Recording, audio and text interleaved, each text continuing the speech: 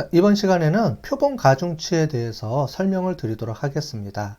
우리가 이전 시간에 설명을 드렸듯이 우리가 표본을 뽑아야 된다 그랬죠. 표본을 뽑다 보면 층화 표본 추출 이런 부분들을 이용해서 우리가 어떤 그 그룹에 따라서 몇 명씩 이렇게 설정이 되어 있습니다. 그런데 우리가 조사를 하다 보면 그렇지 못할 경우도 있죠. 또는 우리가 조사를 했으면 이 사람이 우리가 이제 표본의 개수에 따라서 몇 명을 대변하는지 이런 것들을 조사해야 되는 경우가 있어요. 그래서 우리가 표본 가중치를 우리가 주는데 요거는 우리가 기초 통계에서는 좀 어려운 부분이 있습니다. 그런데 좀 설명을 좀 우리가 여태까지 했기 때문에 이 부분은 좀 설명을 좀 더 드려야 되기 때문에 설명을 드리도록 할게요. 자, 통계청에 보면 다양한 통계 조사들이 있습니다. 그런 통계 조사들을 보면 어떻게 통계 조사했는지 이런 부분들이 잘 설명이 되어 있어요. 그래서 여기 통계청 요 사이트에 들어가셔서 관심 있는 부분들의 어떤 조사들을 쭉 보시면은 언제 어떻게 또는 누구를 대상으로 이렇게 조사했는지가 쭉 나와 있습니다. 자, 그래서 보시면 뭐 가계 조사, 표본 설계 이렇게 나와 있죠. 뭐 이런 것들을 볼 수 있고요. 그런데 이렇게 보시면 이렇게 써 있는 게 있어요. 설계 가중값을 줬다 이런 말이 나옵니다. 자, 우리가 표본을 뽑았는데 이 표본에 뽑은 사람이 몇 사람을 대변하는지 이런 것들을 우리가 추출해서 거기에 가중치를 곱해주는 그런 기법을 보통 쓰거든요. 그러니까 전수조사를 못한다 그랬죠. 아까 전에. 그래서 통계조사를 하면 표본조사를 하게 되면 그 표본 한 명이 몇 명을 대변하는지를 계산해서 그래서 전체 값에 어떤 비율을 좀 조정해 주는 겁니다. 자, 이렇게 보면은 여기에 표본 설계에 대해서 쭉 설명이 되어 있어요. 그래서 우리가 배웠던 목표 모집단이 누군지, 조사 모집단이 누군지 이렇게 다 써 있죠? 우리가 조금 전에 봤던 그런 내용들이 다 나와 있습니다. 표본 추출들이 뭔지 이렇게 다 나와 있고요. 그 다음에 표본 가구수, 표본 추출 방법 뭐 이렇게 나와 있고요. 그 다음에 결과 이렇게 돼 있죠? 그 다음에 여기 보시면은 가중값이라는 얘기가 이제 써 있습니다. 제가 부분 이제 뽑아놨는데 이 가중값 중에서 이렇게 뽑아 나와 있고요. 이렇게 설계 가중값 돼 있어요. 그래서 전체 조사 가구 수가 있고 표본 조사 가구 수 뭐 이렇게 나와 있는데 이건 조금 이따 한번 보여드릴게요. 그래서 뭐 이렇게 무응답 가중치를 줬다, 설계 가중값을 줬다 뭐 이렇게 나와 있는데 이게 무슨 의미인지 좀 설명을 드리도록 하겠습니다. 그래서 보시면 서울에 이렇게 되어 있는데 표본 추출 가구 수가 390만 가구가 되네요. 그 중에서도 우리가 표본 조사한 게 100가구만 조사를 했다는 거죠. 그러면 이 한 가구가 몇 가구를 대표하느냐면 4,857가구를 대표하는 겁니다. 뭐 그런 의미예요, 말하자면. 그래서 한 가구가 이렇게 대변해서 요 가구가 100명이 다 모이면 요 정도 된다라는 거예요. 그런데 여기 숫자가 조금 조절이 되죠? 이제 그런 이유가 어떤 이유인지를 우리가 나중에 설명을 드리도록 하겠습니다. 그 다음에 우리 여론조사 사이트에 보시면 이 여론조사 사이트에서 정부에서 여론조사하는 것들을 쭉 모아놓는 그 사이트가 있어요. 여기 들어가 보시면 각각 다양한 여론조사들이 공개하도록 되어 있습니다. 물론 우리 대통령 선거라든가 지방선거, 그 다음에 지역에서 조사했던 여러 가지 조사 내용들이 여기 올려놓도록 되어 있습니다. 여기 들어가서 보시면 되고요. 요 안에도 보면 어떻게 우리가 뽑았는지 이런 내용, 방법들, 조사, 개요 이런 것들이 쭉 나와 있어요. 자, 20대 대선 전화조사한 거 있었죠. 우리가 이전에 우리가 사례로 들었던 건데 그 사례로 들었던 게 바로 요 조사 자료를 이용해서 바탕으로 해서 제가 설명을 드렸던 겁니다. 자, 여기 보면은 이 값들에 따라서 뭐가 나오냐면은 가중치 값 산출 및 적용 방법에서 나와 있어요. 여기 보면 성별, 연령별, 지역별로 가중치를 줬다라고 돼 있습니다. 그죠? 이렇게 돼 있고요. 물론 표본 오차는 아까 전에 우리가 이전에 설명을 드렸던 거고요. 여기서는 이 부분에 대한 거를 집중적으로 좀 설명을 드리도록 하겠습니다. 그러면서 응답자 분표도 나와 있고요. 가중값 적용 기준 이렇게 나와 있고 가중값 배율이라는 개념이 나와 있어요. 그래서 여기서는 두 가지를 우리가 보려고 합니다. 하나는 가중값 배열이라는 게 어떤 의미가 있고 설계 가중값이라는 게 어떤 의미가 있는지 이걸 잠깐 설명을 드려볼게요. 여기서 보면 앞부분에 전체 조사 대상자의 수가 나옵니다. 그 중에서도 우리가 가중값 적용 기준에서 사례수가 나와 있어요. 이 사례수는 뭐냐면 우리가 일정 부분, 목표 할당량이라 그래서 일정 부분을 이렇게 뽑겠다라고 나와 있는 거예요. 말하자면 남자를 몇 명 뽑으려고 했냐면 992명을 뽑아야 되는 겁니다. 비율에 따라서. 그 다음에 여자는 1011명을 뽑아야 되는 거예요. 아직까지 우리 모집단은 이제 안 보여줬으니까, 물론 앞에 나와 있겠지만 안 보여줬지만 그렇지만 이거는 샘플 할당량입니다. 그런데 실제로 조사를 해봤더니 922명을 전화조사를 하려고 했는데 실제로는 997명이 조사가 됐어요. 남자가. 그러면 지금 보면 5명 정도를 더 많이 조사를 했네요. 그죠? 그러면 결국은 요 한 명이 원래는 한 명당 얼마씩 배정해 두는 기준이 있는데 그 기준보다 조금 떨어진다는 거죠. 자, 이해가 되셨죠? 그 다음에 여자는 1011명을 조사해야 되는데 1006명 분이 조사를 못했어요. 그래서 요 한 명당 뭐냐면 1.0을 기준으로 하는데 조금 올라가겠죠. 여기는 거의 유사하니까. 그런데 요런 기준이 뭐냐면, 여기서의 기준은 뭐냐면 18세면 348명인데 340명 분이 조사를 못했어요. 그러면 한 명당 1.02배를 더 곱해줘야 된다는 의미입니다. 이해되셨죠? 여기는 마이너스로 오히려 숫자를 적어줘요. 더 많이 뽑았기 때문에 요만큼만 계산해주면 되는데 요만큼을 뽑았기 때문에 조금 더 낮춰줘야 된다는 얘기예요. 그런 개념이 가중값 배열이고요. 이 가중값 배열에 따라서 조사 결과가 많이 바뀝니다. 틀릴 수가 있어요. 그래서 여러분들 요게 중요한데요. 우리가 여론조사에서 보시면 이 가중치 값이 0.7에서 1.5 정도?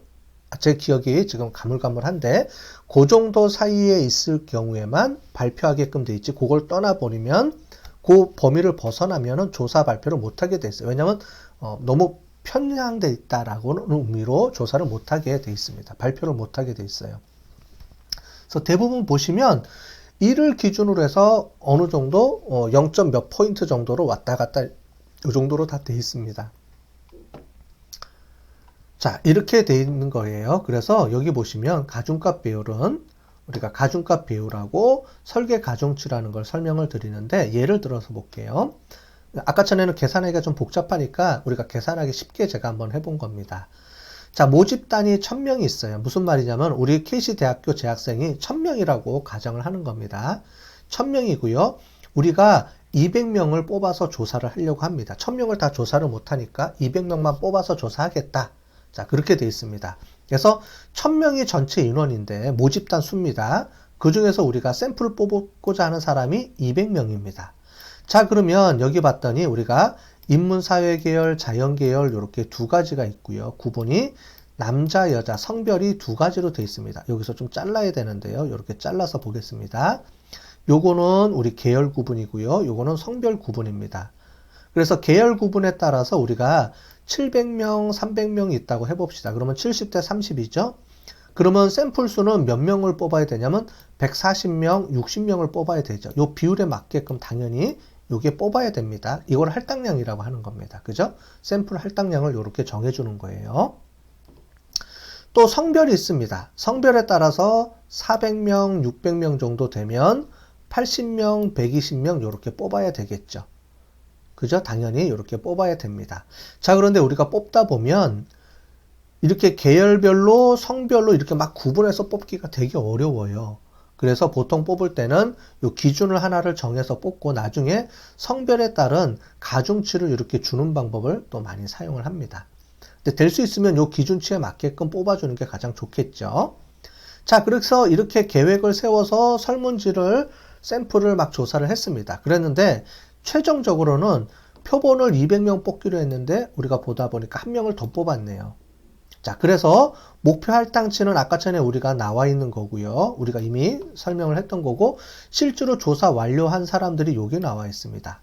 우리가 기준을 보면 앞에 부분이 조사 완료된 거를 우리가 보통 여론조사 결과표에 있기 때문에 제가 여기에 맞춰서 설명을 하는 겁니다. 여기서는 모집단의 수고요. 요 샘플 할당 수고, 요 샘플 할당 수가 여기에 내려오면서 여기 보면 조사 완료자 수를 왼쪽에 둡니다. 자, 그래서 무슨 말이냐면은 아까 전에 140명을 뽑아야 되는데 139명뿐이 안 뽑았어요. 자, 그럼 우리는 한 명을 덜 뽑았죠. 그러면 한 명의 값이 없어지겠네요. 그죠?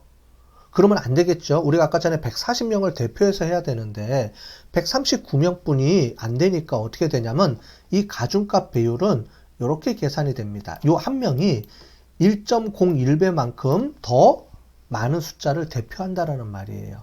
더 뽑아줬어, 더 가중치가 높다라는 말이죠. 이해가 되시나요? 그래서 요 가중값 배율은 목표 할당치분의 조사 완료자 숫자입니다. 보통 역수로 해주죠. 보통은 얘가 보통 분모고 얘가 분자로 되는데 가중값은 역으로 계산해 줍니다. 그래서 목표 할당량 분의 여기 보면 나와 있죠. 우리가 139명인데 139명은 140명을 대표를 해야 돼요. 그러다 보니까 여기에 1.01만큼 곱해줘야지. 즉 0.01만큼 더 계산을 해줘야지만 140명이 되는 거예요. 한 명이 모자르니까. 그죠? 여기로 보면은 60명을 우리가 뽑아야 되는데 62명을 했어요. 여기 2명을 더 많이 했네요. 그래서 이 값을 그대로 가중치를 주게 되면 62명이니까 2명이 더 오버가 돼서 나오겠죠. 그러니까 어떻게 돼요? 62명에 0.97을 곱해주면 실제로 60명만큼 값이 축소가 되죠. 자, 이해가 되셨나요? 그래서 가중값 배율은 뭐냐면 목표 할당치보다 더 많이 뽑았느냐, 덜 적게 뽑았느냐에 대한 기준이 되는 거예요. 그래서 1.01이라는 거는 뭐냐면 덜 뽑았으니까 좀 더 가중치를 많이 줘서 139명을 140명으로 맞춰주라는 말이고, 더 많이 뽑은 사람은 0.97을 곱해줘서 60명으로 오히려 줄게 만들어줘야 된다는 얘기입니다. 그게 가중값 배율이에요. 이해가 되셨죠? 그래서 이렇게 가중값 배열을 곱해주고 하게 되면 우리가 좀 실수로 덜 많이 뽑고 덜 적게 뽑아도 보정이 되죠.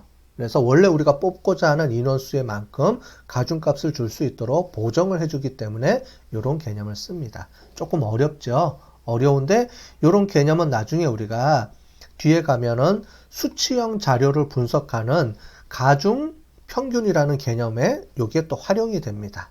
그래서 그 전에 미리 배워놓은 거라고 보시면 되고요. 여기서는 전체적으로 가중값 배율이 어떻게 계산되는지 요거에 그냥 개념을 이해를 하시면 되고, 요게 어떤 의미가 되는지를 한번 보시면 될 것 같아요. 더 많이 뽑으면 없애줘야 되고 덜 뽑으면 더 높게 만들어줘야 되고 그런 개념입니다. 설계 가중값입니다. 설계 가중값은 뭐냐면 아까 전에 우리가 봤던 가중치, 요 가중값의 비율은 전체적으로 몇 명을 더 뽑았는지 덜 뽑았는지를 해야 되는데, 요거를 우리가 할 때는 뭐냐면 이 인문사회계열 자연계열을 뽑았는데 남자 여자 성별도 있죠. 이거에 따라서 우리가 이 한 명을 뽑았으면 이 한 명이 몇 명을 대표하는지를 우리가 얘기를 계산할 때 필요합니다. 나중에 요 계산은 뒤에 보시면 이렇게 가중치 인원이 나와서 가중점수로 계산해 줄 때 쓰기도 하고 다양하게 우리가 조사할 때 쓰입니다. 무슨 말이냐면 이렇게 뽑아서 우리가 통계조사할 때 가구당 인원수, 성별 비율에 따라서 우리가 뽑은 인원에 곱하기를 해줘야지만 그 값이 실제 값으로 대변을 해주기 때문에 그래요. 예를 들어 볼게요. 목표 할당치인데 조사 완료수 이렇게 나와 있죠. 아까 전에 봤던 거를 이제 전체 틀에 맞춰서 조금 다시 조사를 한 겁니다. 여기 나와 있는 요 값이 이렇게 뒤로 빼준 거예요. 자, 그래서 보시면 원래 인문사회계열 700명인데 그 중에서 샘플을 140명을 뽑아야 됩니다. 그죠? 자, 그러면 140명을 뽑았으니까 700명을 우리가 역수로 계산해 주게 되면 한 명당 5점 몇 명을 대표하는 거죠. 즉 우리가 인문사회계열 요 한 명은 실제로 700명을 대표해서 뽑은 사람이기 때문에 한 명당 5점 몇 명이 될 겁니다. 자, 그런데 그거에서 139명을 최종적으로 뽑았죠. 그러니까 실제로는 요거로 곱해주게 되는 거예요. 그래서 140명은 원래 추출해서 목표 할당치로만 보면 요거 목표 할당 요거하고 요거의 비율만 보는 겁니다. 즉 700명을 대표를 하는데 140명이 700명을 대표하는 기준이 되는 건데 실제로 뽑았더니 139명뿐이 안 돼요. 그래서 140명을 대표해 줘야 돼요. 그죠? 그게 아까 전에 봤던 요 값입니다. 요 값의 비율이 나오는 거예요. 자, 이렇게 해주면 인문사회 계열의 남자 한 명이 뽑았을 때 그 한 명이 몇 명을 대표하는지 그거를 조사하는 겁니다. 설계값, 중값은 뭐냐면 우리가 샘플 한 명이 몇 명을 대표하느냐 이거를 의미하는 거예요. 계산하는 거예요. 그러다 보니까 이렇게 역수로 계산해 줘야 됩니다. 이렇게 모집단의 수하고 표본수. 표본 한 명이 모집단의 전체를 몇 명을 대표하느냐 이거예요. 5명을 대표한다 이겁니다. 당연히 그렇겠죠? 700명인데 140명만 뽑았으니까 여기서의 한 명은 700명으로 계산했을 때 5명을 대표할 수 있는 그 인원이라는 거죠. 자, 그런데 여기까지 하면 문제가 없을 텐데 거기에 우리가 남자와 여자도 또 구분해서 해줘야 될 경우가 있어요. 우리가 분석을 할 때, 분석을 하는 겁니다. 분석을 할 때 인문사회계열 남자 값으로 인문사회계열 여자로 또 좀 더 쪼개봐라. 이렇게 해서 분석을 좀 더 깊게 들어가는 경우가 있겠죠. 자, 그런데 우리는 인문사회계열, 자연계열, 남자 비율, 그 다음에 인문사회계열, 자연계열 비율, 남자, 여자 비율만 알고 있어요. 자, 그런데 인문사회계열 남자의 비율은 지금 모르는 상태인데 그 값을 우리가 대표를 해야 되기 때문에 이렇게 좀 더 밑으로 쪼개질 경우에는 그 전에 봤던 여기에다가 요 비율을 곱해주면 인문사회계열 남자는 몇 명을 대표하는지를 구할 수가 있습니다. 자, 이건 어떻게 구해주냐면 전체 인원에서 남자 비율과 여자의 비율이 이렇게 40%가 되는 거죠. 그죠? 400명 정도 되는데 40명인데 실제로 조사 완료해봤더니 39.3%가 나왔어요. 조금 덜 조사했네요. 그죠? 원래 80명을 조사해야 되는데 79명을 조사했더니 이것도 이제 위에 나온 가중치 비율 그런 개념하고 같은 개념입니다. 그래서 요거를 대표하는 비율을 이렇게 써주면 됩니다. 항상 우리가 표본이 밑에가 들어가고요. 그 다음에 위에는 큰 값이 들어갑니다. 대표 값이 들어가요. 그래서 40%를 대표해야 되는데 39.3%만 뽑았기 때문에 가중치를 좀 더 줘야 되죠. 1점 몇 배를 더 줘야 됩니다.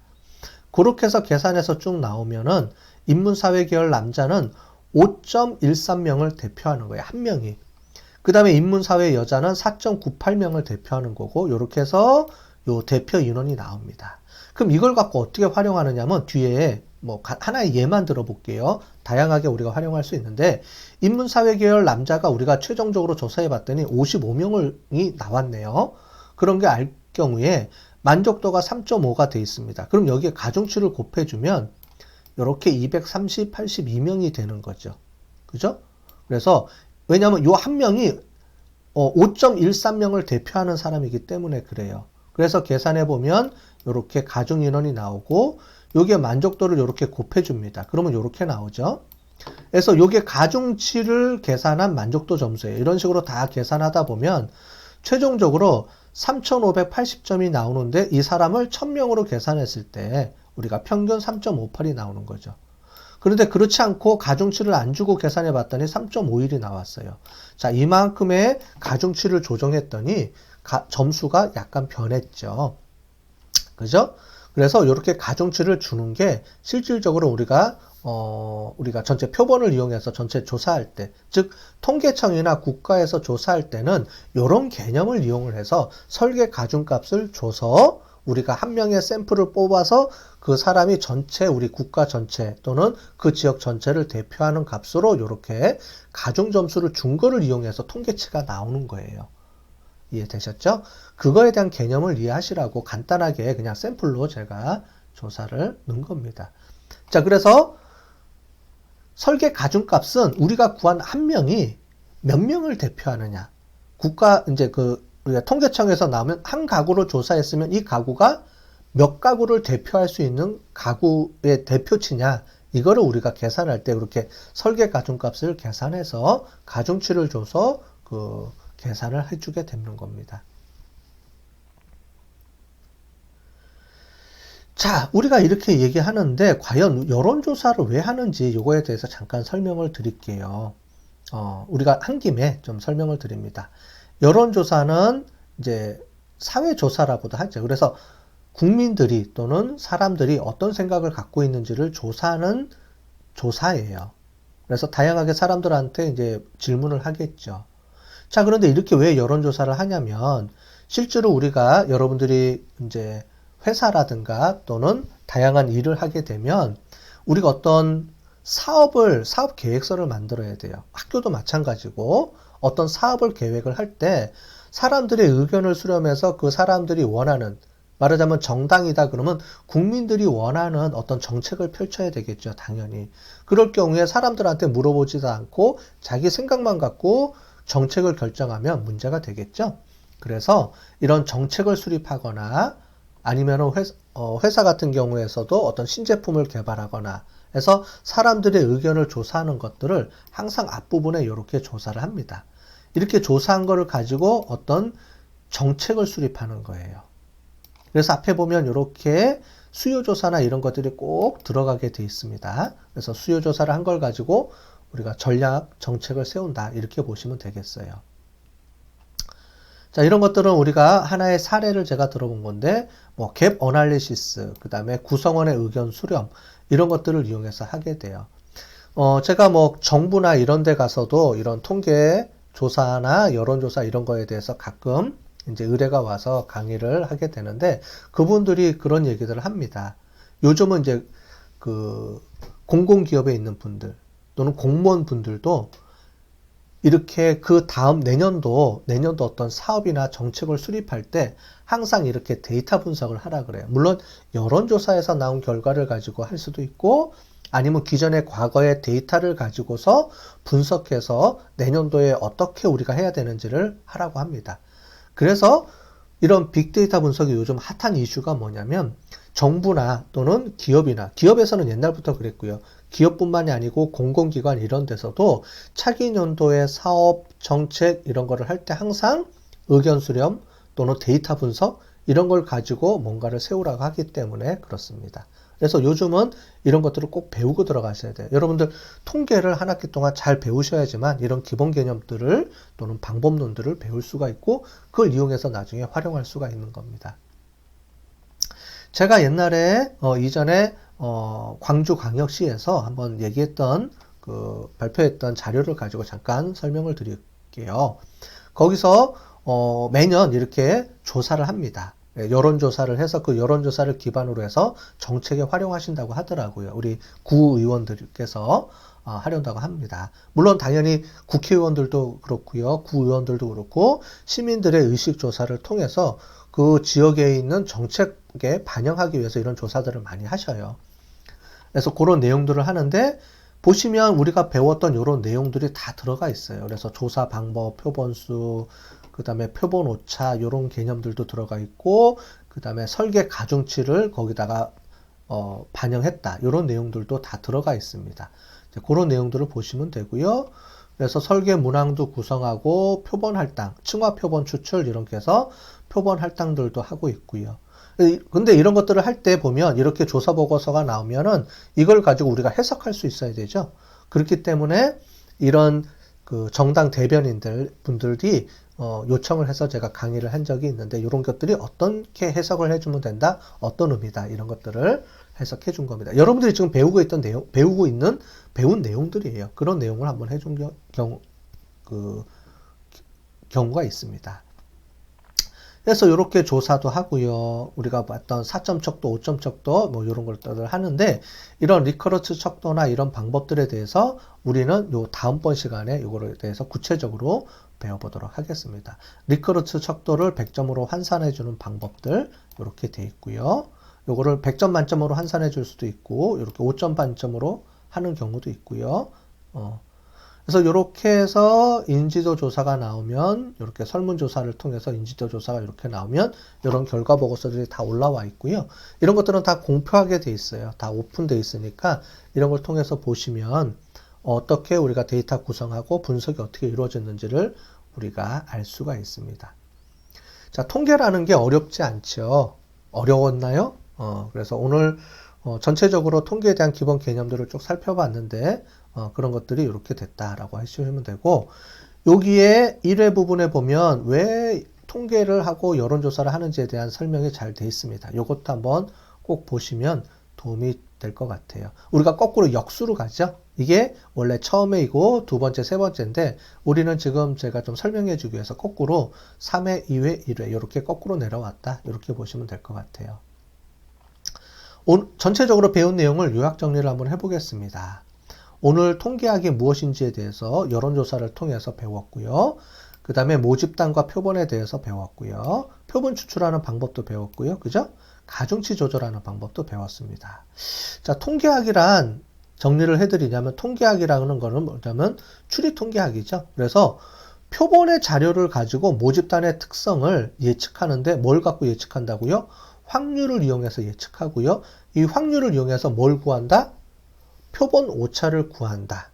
이게 바로 통계학에 있어서의 가장 큰 핵심이라고 보시면 될 것 같습니다. 그래서 우리가 앞으로 확률을 배워야 되고 표본 오차라는 개념에 대해서 이제 배울 거예요. 자, 그렇게 쭉 보시면 되고요.